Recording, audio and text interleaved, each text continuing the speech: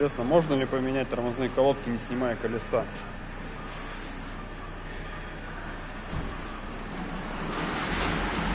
Я думаю, сейчас попробую. Что я могу сказать? Снять-то получилось. Сейчас вот выжму поршень и буду ставить назад.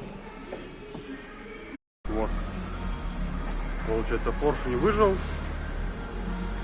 Сейчас буду ставить. Ну вот, в принципе, и все, да? Оказывается, можно поменять все. Вот. Выжимкой и шестигранник +7. Готово.